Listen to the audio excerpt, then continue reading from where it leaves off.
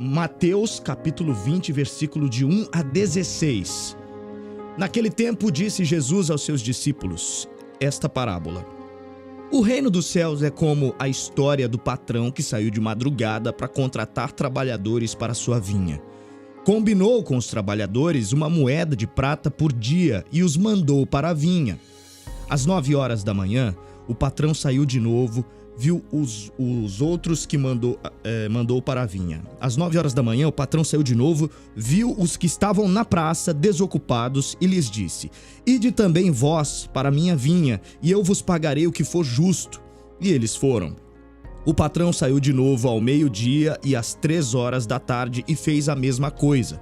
Saindo outra vez pelas 5 horas da tarde, encontrou outros que estavam na praça e lhes disse: Por que estáis o dia inteiro desocupados? Eles responderam: Porque ninguém nos contratou.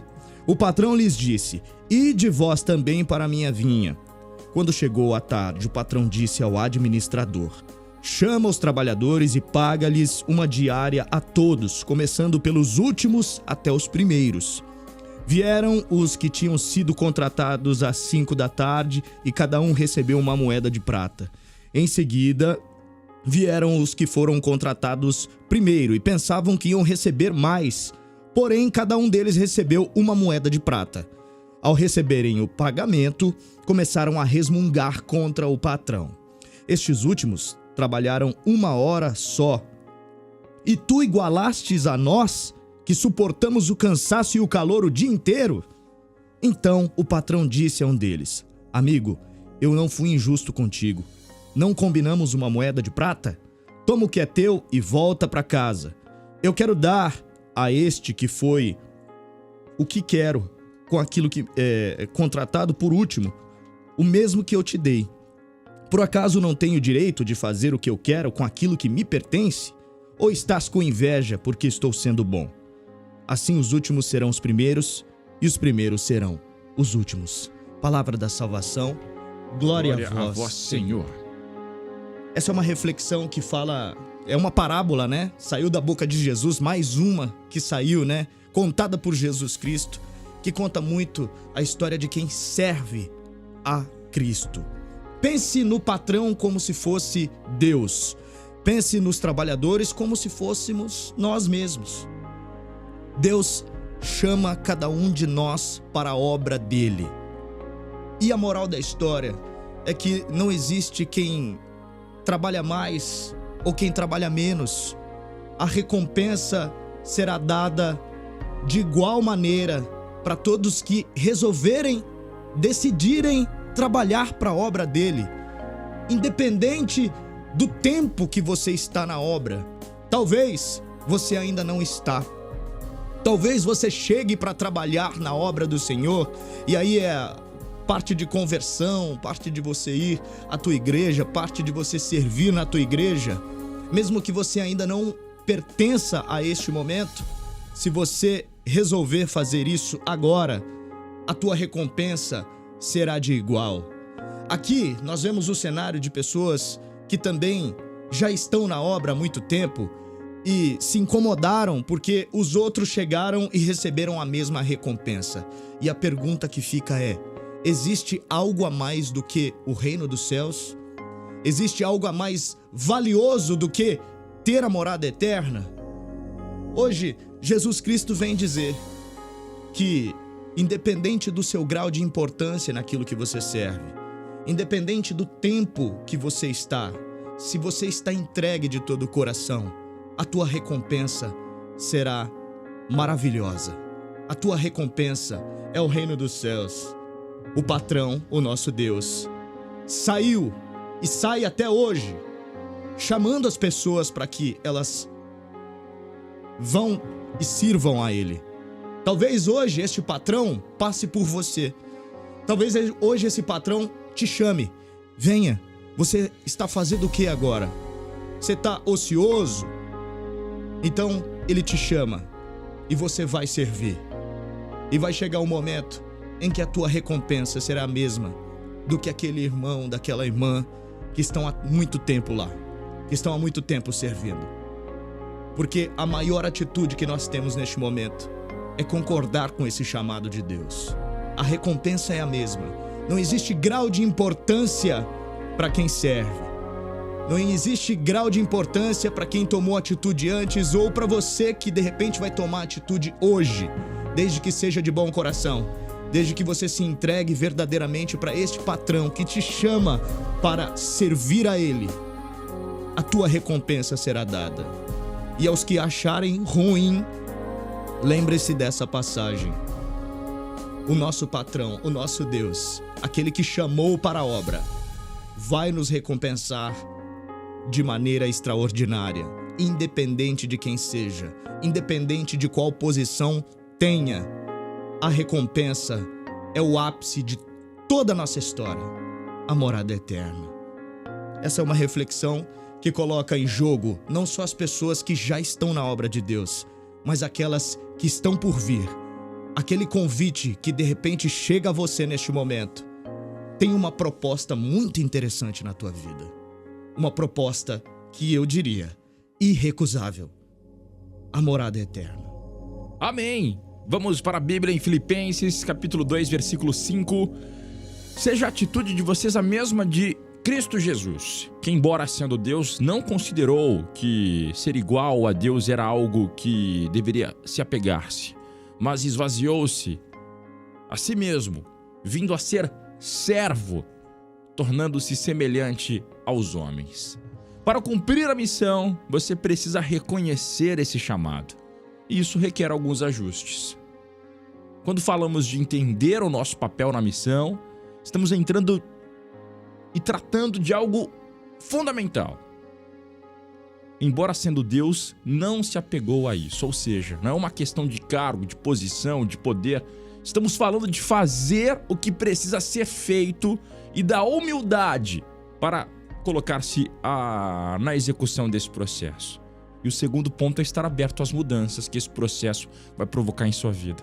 Veja que o próprio Cristo reconheceu que não deveria fazer uso dos seus privilégios de Deus Filho. Pelo contrário, esvaziou-se de si mesmo, tomou forma humana, passou por todas as etapas da vida e seguiu à risca a missão que o Pai lhe concedeu. Hoje, na nossa reflexão, nessa reflexão que eu estou falando aqui e lendo, a gente vai aprendendo juntos. A pessoa escreveu um desafio que diz assim: Marty, como você se sente hoje referente ao seu chamado? São 3 perguntas, achei muito interessante. Olha, como que você se sente referente ao seu chamado? Você reconhece seu lugar no reino de Deus? E, para fechar, uma última pergunta: está aberto aos ajustes e às mudanças que são necessários para esse servir? Vale muito a gente tentar responder essas perguntas e refletir ao longo do dia. Os ajustes necessários para esse servir. Porque às vezes você acha que, poxa, vai ser do meu jeito aqui. Senhor Jesus, eu vou servir, mas é desse meu jeito, é o que eu posso fazer agora. E já no início da caminhada, Jesus deixa muito claro qual é a tua missão. O que precisa ser feito. Vá, mas vá de coração aberto. Não tem essa de escolher cargo, para servir a Deus. O final do Evangelho diz: os últimos serão os primeiros e os primeiros serão os últimos. A recompensa é a mesma daquele que serve no mínimo, que aparece, menos aquele que talvez tá lá no banheiro arrumando, aquele que tá lá, na cozinha. A gente retrata muito a questão, por exemplo, de acampamentos, porque são vários os setores, das pessoas que trabalham nessa obra. Por exemplo, são várias as outras obras que existem, mas para ficar claro, tem gente que aparece no palco, aquele que canta, aquele que está no instrumento, aquele que prega. Geralmente são essas as pessoas que mais aparecem, mas a recompensa de Deus para todos, para quem está nos bastidores, para quem está por trás de tudo, para quem está só orando. Tem muita gente que só ora pelas pessoas, não aparecem, não tem nome, não tem rosto, mas está também fazendo a tua atitude na obra. Para todos, a recompensa é a mesma. Não existe um céu acima do céu. O céu é a recompensa para todos nós. Coração aberto mesmo. Até vi um vídeo hoje pela manhã, foi lá na Capela Santo Expedito. pessoal tá terminando lá a construção e reformas e estavam trabalhando até mesmo no período da noite, para deixar tudo certinho, para que aconteça a festa. E ninguém vê. Vai lá. Então, são muitas essas pessoas que fazem, estendem a mão e fazem um lindo trabalho. Fica aqui a nossa reflexão para hoje dessa forma. Coração aberto, e essas pessoas fazem acontecer mesmo, nos bastidores, e é que tudo acontece. Um exemplo, muito né? Lindo. A festa de São Cristóvão, você teve a oportunidade de trabalhar lá, né? Vocês não ficam expostos, né? Vocês estão lá atrás, lá nas churrasqueiras, né? Vocês ficaram lá atrás nas churrasqueiras e as pessoas comeram churrasco. Nossa, que churrasco gostoso e tal, né? Vários homens e mulheres trabalhando. Tem pessoas que trabalham lá, sei lá, mais de 30 anos. Pois é. Na mesma festa. E pra um dia, vários outros dias foram trabalhados. Muitos. Né? Verdade. Então, e todas essas pessoas têm a mesma recompensa do que o pregador que tá lá na frente, do que as pessoas que aparecem lá, dão a cara, né? São personagens, né? Da obra, enfim. Então, hoje a gente vem falando sobre essa recompensa, essa única e grandiosa recompensa que Deus tem na nossa vida. E é por isso que agora, pra gente selar esse momento de reflexão, a gente vem agradecendo a Deus por essa possibilidade de sermos recompensados por aquilo que fazemos aqui, nessa nossa vida, nesse presente que Deus deu. Obrigado, Deus, principalmente por essa vida, pelas condições que temos de fazer aquilo que vai de acordo com aquilo que o Senhor pede pra gente.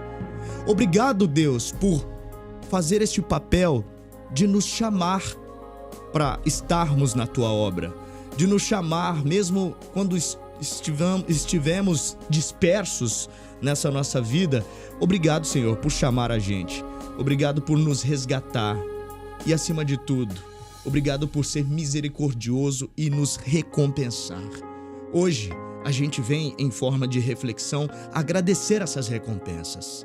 Diga para Deus: obrigado, Deus, por essa recompensa diária que o Senhor nos dá, por aquilo que a gente tem capacidade de contribuir, por aquilo que a gente tem capacidade de fazer para que o Teu nome seja enaltecido e, acima de tudo, pelas recompensas que o Senhor nos dá. Pela felicidade, pela saúde, pela alegria, pela família, pela caridade e, acima de tudo, pela busca do reino dos céus. A gente tem um alvo, Senhor, e o nosso alvo é o Senhor. Obrigado, Deus. Hoje, em forma de gratidão, a gente busca esse alvo, essa recompensa, essa promessa que Deus tem na nossa vida. Amém.